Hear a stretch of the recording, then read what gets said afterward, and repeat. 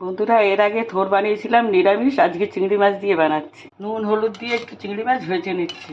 চিংড়ি মাছটা ভেজে উঠিয়ে নিয়েছি।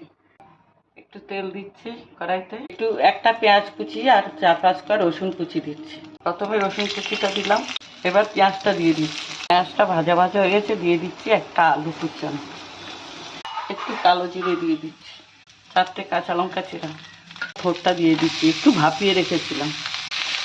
এইভাবে যখন থোর ভাজা করবেন সঙ্গে একটা আলু কুচিয়ে দেবেন, দেখবেন অনেক টেস্টি হয়, অনেক ভালো লাগে খেতে। দিয়ে দিচ্ছি একটুখানি হলুদ,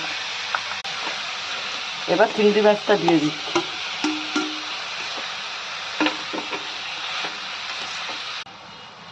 হাফ চামচ জিরের গুঁড়ো দিয়ে দিচ্ছি।